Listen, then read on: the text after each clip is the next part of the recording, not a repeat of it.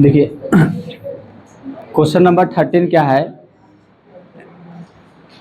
यदि किसी समांतर श्रेणी के n वें पद का योगफल, कौन सा पद का, n वें पद का योगफल 3n² प्लस 5n है तथा इसका यम्मा पद 164 है, तो यम का मान ज्ञात कीजिए।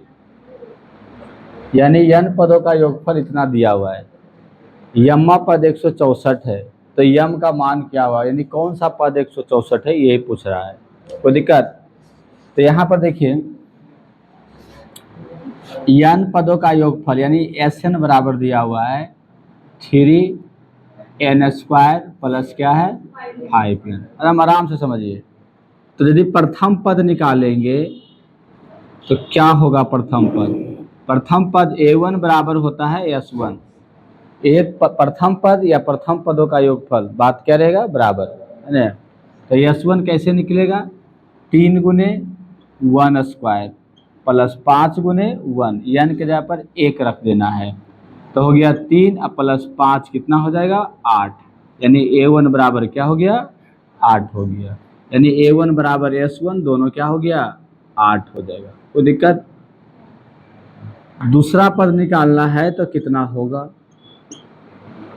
दूसरा पद नहीं s2 निकालना, दो पदों का योग यानी s2 निकालना, तो क्या होगा 3 गुने 2 का होल स्क्वायर प्लस 5 गुने 2, तो 2 दूनी 4 गुने 3 हो गया, अब प्लस 5 दूनी 10, तो 4 12 10 क्या हो गया 22। ये हो गया s2 बराबर 22 निकल गया। अब पढ़ते चूंकि a2 बराबर क्या होता है s2 माइनस s1, दो पदों के योगफल में से एक पद का योगफल घटाएंगे तो क्या निकल जाएगा, दूसरा पद निकल जाएगा। तो अब बताइए a2 बराबर क्या हो जाएगा, s2 के जगह पर 22 और घटाओ 8 घट गया तो क्या हो गया 14 हो गया। तो a2 बराबर 14। अब यहाँ देखिए a1 बराबर था 8, a1 बराबर 8, a2 बराबर 14, तो d बराबर नहीं निकल जाएगा। तो d बराबर क्या हो जाएगा जानते हैं, a2 माइनस a1, यानी 14 घटाओ 8 6 आ गया, तो d बराबर निकल गया 6 निकल गया। तो a भी आपको पता हो गया 8 है और d भी पता हो गया। यम निकालना है, यम्मा पद है 64, यानी am बराबर है 164, सॉरी, तो am कैसे निकलेगा, a plus M minus 1 into D बराबर 164। एक के जगह पर क्या रखा जाएगा 8 रखा जाएगा, a1 मतलब a प्रथम पद a1 है तो 8 हो गया, प्लस यम माइनस 1 डी के जगह पर क्या रखा जाएगा 6 रखा जाएगा, बराबर 164। इधर 8 प्लस में है उधर जाएगा तो माइनस में हो गया, तो 164 घटाओ 8 कितना होगा घटेगा, तो यम माइनस 1 गुने 6 बराबर 100 क्या हो गया 56। तो इम्प्लाई यम माइनस 1 6 इधर गुना में है उधर गया तो भागा होगा 156 बटे 6, कितना बार में कट जाएगा 14 12 26 12 6 36 26 बार में कट गया, तो इसलिए यम बराबर क्या हो गया 26 प्लस 1 कितना हो गया 27 बन गया। खटसा ज़्यादा हार्ड है नहीं, बहुत इजी प्रॉब्लम है। फिर उसको टिपिए बंद रोकिए। देखिए क्वेश्चन नंबर 14 देखिए, कुछ लोग बना लिए हैं स्टूडेंट, कुछ लोग नहीं बनाए, जो नहीं बनाए समझना है। 5 और 26 के बीच ऐसी 5 संख्याएं डालना है ये दोनों के बीच में, ताकि प्राप्त जो अनुक्रम होगा, जो प्राप्त सीक्वेंस होगा वो समांतर श्रेणी एपी बन जाएगा। क्या बन जाएगा एपी, अनुक्रम का मतलब सीक्वेंस, क्या हो गया सीक्वेंस, और समांतर श्रेणी का मतलब अरिथमेटिक प्रोग्रेशन यानी एपी। तो 5 और 26 के बीच में 5 ऐसी कौन कौन सी संख्या बीच में डाला जाएगा ताकि जो टोटल रिजल्ट आएगा वो किस में आएगा एपी में आ जाएगा। तो देखिए क्या करना है, शुरू में 5 है और अंतिम में क्या है 26 है, इसके बीच में कई संख्या डालना है 5 संख्या। तो डालिए, एगो a1 लिखिए, एगो a2 लिखिए, एगो a3 लिखिए, एगो a4 लिखिए, एगो a5, उसके बाद क्या हो गया 26। देखिए 5 को बीच में डाला गया ना, ऐसे डालना है, शुरू में 5 है अंत में 26 है, बीच में 1 2 3 4 क्या हो गया 5 हो गया। अब A1 के जगह पर क्या होगा, A2 की जगह पर क्या होगा, A3 की जगह पर क्या होगा, ताकि ये सब AP में आ जाए। सब किस में आ जाए, AP में आ जाएगा। तो हम मान लेते हैं कि ये AP में है, ये किस में है, AP में है। जब ये AP में है तो बताइए सबसे पहला टर्म यानी फर्स्ट टर्म क्या है, फर्स्ट टर्म A बराबर क्या है 5। अंतिम टर्म का मतलब कौन सा टर्म, 1 2 गिन लीजिए, 2 3 4 5 6 7, इस 7वां पद है ना, है यानी 7th टर्म है, 7वां पद। ये कितना है, A7 करके लिखते हैं। A7 बराबर क्या है 26 है। कोई दिक्कत, एकदम आसान तरीका से समझिए। फर्स्ट टर्म 5 हो गया, सबसे लास्ट वाला 26 मतलब 7 नंबर वाला 26 हो गया। कोई दिक्कत, इसमें सार्वंतर नहीं दिया हुआ है नहीं दिया हुआ है, तो सार्वंतर को D मान लेते हैं, यानी कॉमन डिफरेंस को D मान लेते हैं। चलिए ठीक है। आप जानते हैं सिंस AN बराबर क्या होता है, A plus n minus 1 into D होता है। तो इम्प्लाई A7 निकालना है तो क्या लिखिएगा, A plus 7 minus 1 into D, यही लिखिएगा ना। अब A7 की जगह पर क्या रखाएगा 26, तो हो जाएगा 26। A की जगह पर क्या रखाएगा 5, तो हो गया 5 प्लस, इसमें घट गया तो 6D, 5 इधर आएगा तो माइनस में होगा, 26 माइनस 5 बराबर 6D। 26 में से 5 घट गया तो 21 बराबर 6D, इसलिए D बराबर क्या हो गया 21/6। कट जाएगा तो 7 21 3 दूनी 6, 7 बटे क्या हो गया 2 हो गया, यही D निकल गया। अब बताइए आपको D पता चल गया, फर्स्ट टर्म पता चल गया, तो सब नहीं पता चल जाएगा। कैसे, इसमें D जोड़ेंगे तो ये मिलेगा, इसमें D जोड़ेंगे तो ये मिलेगा, इसमें D जोड़ेंगे तो ये मिलेगा, इसमें D जोड़ेंगे तो ये मिलेगा, ऐसे ही आगे मिलते जाएगा। तो बताइए A1 निकालना है तो क्या करना है 5 प्लस D, और D का मतलब 7/2, तो 5 प्लस 7 बटे क्या हो गया 2, तो 5 10 7 17/2 हो गया, A1 निकल गया। A2 निकालना है तो क्या हो जाएगा A1 प्लस D का मतलब 7/2, और A1 कितना था 17/2, तो 17/2 और प्लस 7/2, तो जोड़िए तो कितना होगा 17 7 24/2, कट गया तो क्या हो गया 12। A3 निकालना है तो क्या हो जाएगा बताइए, A2 प्लस D का मतलब 7/2, A2 के जगह पर क्या हो गया 12, 12 प्लस 7/2, तो जोड़िए तो कितना होगा 12 दूनी 24, और 24 7 31, 31 बटे क्या हो गया 2 हो गया।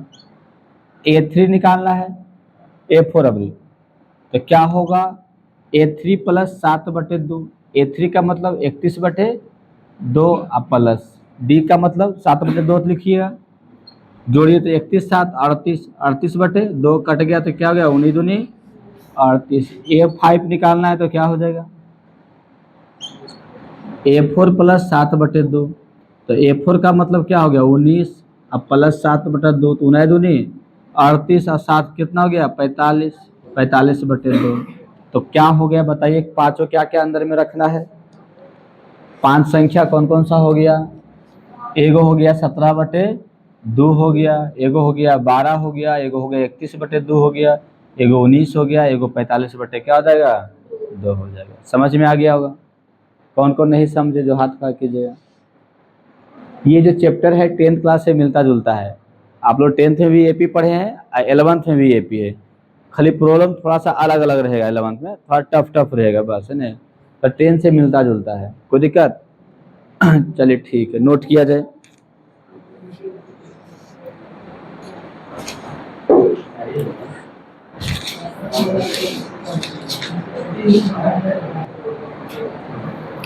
यदि दिया हुआ है, यदि a to the power n plus b to the power n upon a to the power n minus 1 plus b to the power n minus 1, a तथा b के मध्य समानांतर माध्य हो तो n का मान ज्ञात कीजिए।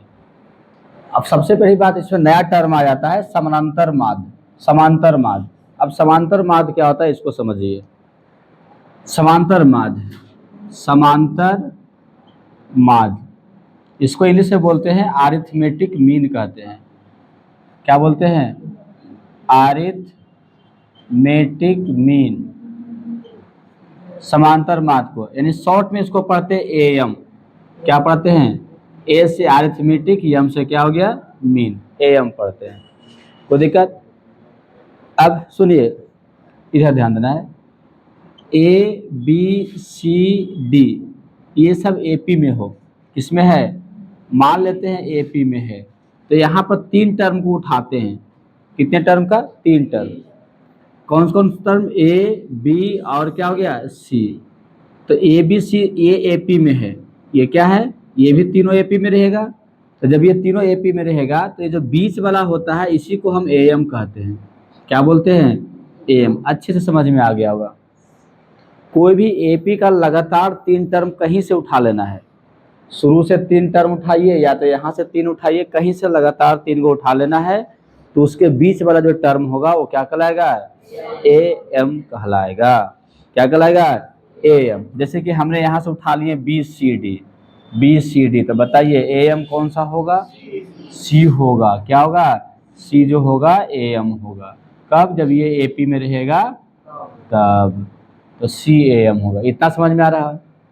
अब है एएम निकलता कैसे है, तो देखिए कोई 2 संख्या है ए और बी, ए और बी का यदि एएम निकालना है, ए और बी का यदि क्या निकालना है, एएम निकालना है, तो कुछ नहीं करना है, ए और बी को जोड़ देना है और 2 से भागा कर देना है, हो गया ए और बी का एएम। समझे, ये ए है और ये बी है और ये क्या है, इसका a प्लस बी बाई 2 इसका एएम हो गया। जैसे ए बी सी में ए और सी का एएम क्या है, बी है, ए और सी का एएम क्या है, बी है। तो यहाँ पर ए बी ले रहे हैं, ए सी नहीं ले रहे, ए बी का एएम निकालना है तो ए प्लस बी बटे 2। यहाँ भी बी बराबर जो होगा ए प्लस सी बटे क्या होगा, 2 होगा। बी बराबर होगा ए प्लस सी बटे 2 होगा। समझ में आया? तो बताइए ए और बी का एएम इतना है, तो ए प्लस बी बटे 2 और सी ये किस में होगा, ये किस में होगा, एपी में है। ये किस में होगा, सॉरी यहाँ पर बी, यहाँ पर क्या रहेगा, बी। ए बीच वाला ये हो गया और बी ये किस में है, एपी में है। तो एएम समझ में आ गया ना। तो एएम का फॉर्मूला बस यही है, इसे तो खाली समझाने के लिए इतना बताएं, मेन इतना ही है, मेन इतना ही। कोई 2 संख्या दिया हुआ रहेगा, उसका एएम पूछेगा तो क्या करना है, दोनों को जोड़ देना है और 2 से भागा दे देना है, हो गया एएम। तो मेन कंसेप्ट इतने है एएम का, ये सब समझाए हैं। अब जो एएम निकल गया तो उस एएम को बीचे में रखिएगा तो तीनों एपी में हो जाएगा। किस में हो जाएगा, एपी में। इस तरीका से भी समझ जाना है। दूसरा तरीका समझना है कि कोई एपी दिया हुआ है तो उसका लगातार 3 टर्म लीजिए और उसके बीच वाला जो होगा वो एएम होगा। एएम का मतलब, एएम का मतलब अरिथमेटिक मीन, यानी समांतर माध्य। क्या हो गया, समांतर माध्य। इतना समझ में आ गया। चलिए अब आइए प्रॉब्लम पर। ए और बी का एएम इतना कह रहा है, किसका एएम, ए और बी का एएम इतना है, और हम जानते हैं ए और बी का एएम इतना होता है, जानते हैं ना, हम जानते हैं कि ए और बी का एएम क्या होता है, इतना होता है, लेकिन इसमें क्या दिया हुआ, इतना है। तो ये और ये दोनों क्या होगा, बराबर हो जाएगा। कहानी खत्म। उसको हल करके एन का मान निकाल लेना है आसान, बन जाएगा। कौन कौन बना लेंगे, जो हाथ खड़ा कीजिएगा। 1 2 3 4 5 को बना लीजिएगा इतने में, ठीक है। फिर भी देखना, अभी बता ही देते हैं। देखिए ए और बी का, सुन लीजिए पहले, एएम कितना है, ए पर पावर एन प्लस बी पर power N upon a power N minus 1 plus B पर पावर एन माइनस 1, ये दिया हुआ है। और निकालने के लिए हम कैसे जानते हैं इसका AM, A plus B upon 2, ऐसे निकलेगा ना। तो ये बराबर हो गया ए पर पावर एन प्लस बी पर पावर एन अपॉन ए पर power N minus 1 plus B पर पावर एन माइनस 1। खाली ध्यान से देखना, अभी सॉल्व करने में भी समस्या होगा। हाथ तो खड़ा कर दिए हैं, लेकिन इसको हल करने में भी दिक्कतें होगा। कैसे हल करके एन का मान निकालना, एन निकालना है, ए भी नहीं निकालना है, समझे। उतारिए मत, लिखिए मत, पहले समझ लीजिए, उसके बाद लिखते रहना है। नहीं हो छुट्टी हो गया तो कोई दिक्कत नहीं, यूट्यूब पर अपलोड कर देंगे, घरों में जाके उतार लीजिएगा यदि छूट भी गया तो। इसलिए समझना पहले आराम से बैठ करके, तो ये 11वां समझने के लिए ही होता है। बताइए, इसको कर देना है क्रॉस मल्टीप्लिकेशन। क्या कर देना है? तो a प्लस बी मल्टीप्लाई क्या हो जाएगा, a पर power n minus 1 plus b पर पावर n माइनस 1, अब बराबर a पर पावर n प्लस b पर पावर n गुने 2 इधर होगा, समझे? ये 2 इधर गुना, ये वाला आकर के इधर गुना। आलोक समझ में आ रहा है ना? चलिए, पहले a को सबसे गुना करना है, तो a गुने a पर power n minus 1 plus a गुने b पर पावर n माइनस 1। अब b को सबसे गुना करना है, प्लस b गुने a पर power n minus 1 plus b गुने b पर पावर n माइनस 1 होगा, बराबर इधर 2 से मल्टीप्लाई करना है, तो 2 गुने a पर पावर n प्लस 2 गुने b पर पावर n। यहाँ तक किसी को दिक्कत तो हाथ खड़ा कीजिएगा, कोई दिक्कत नहीं है। ये बराबर है, ये क्या है? बराबर है। अब बताइए, इस पर कुछ नहीं तो पावर 1, तो जानते क्या होगा, a पर पावर n माइनस 1 और प्लस 1, तो प्लस 1 माइनस 1 कट जाएगा ना, तो बचेगा a पर पावर n खाली बचेगा। क्या बचेगा? n बचेगा, प्लस इसको तो जैसे वैसे ही रखिएगा, ठीक है। a b पर पावर n माइनस 1 रहेगा, प्लस e भी वैसे रहेगा, b a पर पावर n माइनस 1 ही रहेगा, और ये गुना कीजिए तो क्या होगा, b पर पावर n हो जाएगा। समझे कैसे हुआ? b पर पावर कुछ नहीं तो 1, गुना करते हैं तो पावर जुड़ता है, तो b पर पावर n माइनस 1 और प्लस 1 करेंगे तो प्लस माइनस 1 कट जाएगा, तो b पर पावर n बचेगा। और इधर क्या है, 2a पर पावर n प्लस 2b पर पावर n है।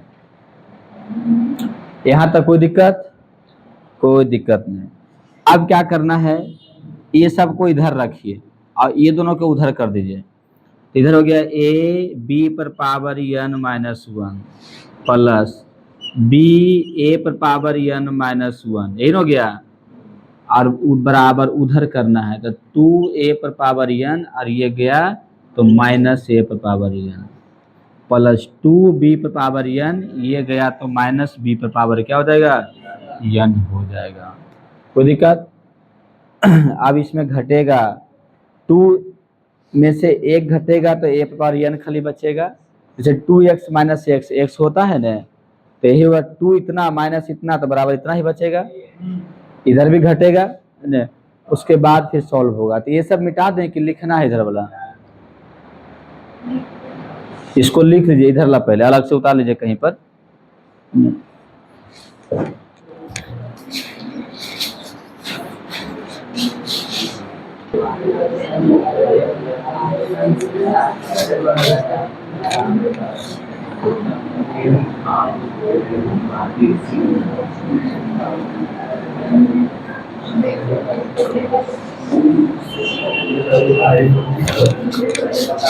बलर आ रहा है इधर वाला, लगता है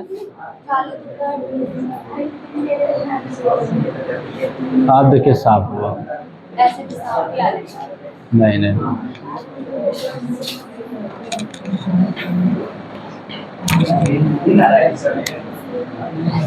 देखिए अब आगे कैसे होगा समझिए। इधर हो गया a b पर पावर n माइनस 1 हो गया, प्लस b a पर पावर n माइनस 1 रह गया, उधर घटेगा तो क्या बचेगा, a पर पावर n अब प्लस b पर पावर क्या बचेगा, n। इतना आप लोग समझ रहे होंगे। अब क्या करना है देखिए, इम्प्लाई, इसको हम ऐसे, इसको रहने देते, इसको लिखेंगे a और b पर पावर n माइनस 1, ठीक है। अब प्लस इसको लिखेंगे b a पर n माइनस 1, जैसे अवसर रखना, इसको लिखेंगे a पर power n minus 1 into A plus b पर power n minus 1 into B. ऐसा लिख सकते हैं? नहीं, ऐसा लिख सकते हैं। अब ये वाला पावर सेम है, एक तरफ करना है और इसको उधर लेकर चलना है, इसको इधर ले आना है जिस पर पावर सेम है, ए पावर n माइनस वन, ए पावर n माइनस वन, ये देखना है, दिमाग लगाना पड़ेगा, ऐसा बात नहीं है। इंटर में पढ़ाई कर रहे हैं, b a power n minus one, ये इधर आएगा तो minus a power n minus one into a होगा ना, बराबर बी पर power n minus one into b, ये उधर जाएगा तो माइनस ए बी पर पावर n माइनस वन। कोई दिक्कत? इसमें कॉमन निकलेगा, क्या निकलेगा कॉमन? ए पर power n minus one common निकल जाएगा तो b बचेगा, अब माइनस क्या बचेगा? a बचेगा। ये निकल गया तो b a बचेगा ना, और ये निकल गया तो क्या बचेगा? a, तो b माइनस a बचेगा, बराबर इसमें क्या निकलेगा? b पर n माइनस वन निकल गया तो b बचेगा, अब माइनस क्या बचेगा? a बचेगा। कोई दिक्कत? b माइनस इधर भी गुना, b माइनस इधर भी गुना, कट जाएगा, क्या हो जाएगा? कट जाएगा। तो क्या होगा देखिए, A power n minus one इधर भी और B power n minus one इधर भी, तो हम लिख सकते हैं A power n minus one, वो n आएगा तो बटा हो जाएगा, B power n minus one तो उधर कुछ नहीं तो एक होगा, इधर भागा में लाएंगे तो एक होगा और माइनस में लाएंगे तब जीरो होगा, जानते हैं ना? इधर ध्यान देना है पहले।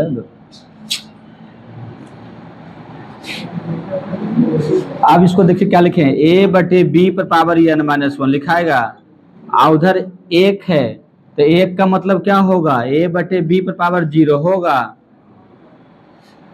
कोई भी संख्या पर पावर जीरो होता है तो उसका मान एक होता है, तो ए बटे बी पर जीरो लिख सकते हैं।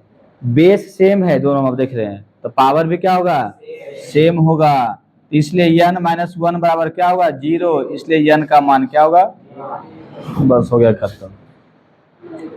और डायरेक्ट ट्रिक में देखना है तो समझिए, डायरेक्ट समझना है ना, ये तो निकालने इतना हल करके तब निकला n का मान एक, और आप देखते साथ आंसर निकाल सकते हैं एक झटका में। देखिए कैसे, तो जानते हैं कि am हमने जो निकाले हैं इतना होता है और ये इतना होता है। अब इसमें n का मान क्या रखा जाए ताकि ऊपर a प्लस बी होगा? एक रखेंगे तब a प्लस बी होगा ना, और नीचे एक रखें तो जीरो, एक पर a पर जीरो मतलब एक, बी पर जीरो का मतलब एक, एक एक दोबारा है ना, तो n का मान एक रखने पर ये आ रहा है कि नहीं आ रहा है? n का मान एक हो गया आंसर। समझ में आ रहा है ना? ये हुआ डायरेक्ट बनाने के लिए, लेकिन ये है आपका नियम से बना है, इसमें बहुत कुछ सीखे हैं। तो कंपटीशन में जब आएगा, आप एग्जाम देंगे तो लगेगा कि आप इतना लंबा कैसे बनाएंगे, बनाते बनाते ऑब्जेक्टिव टाइम पास, फट से दिमाग देखना, ऑप्शन मार देना है। समझे? क्या देखना है?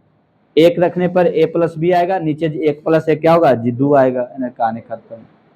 लिखिए, अब लाइए फिर इस निकालिए, फटाक से जल्दी उतारिएगा।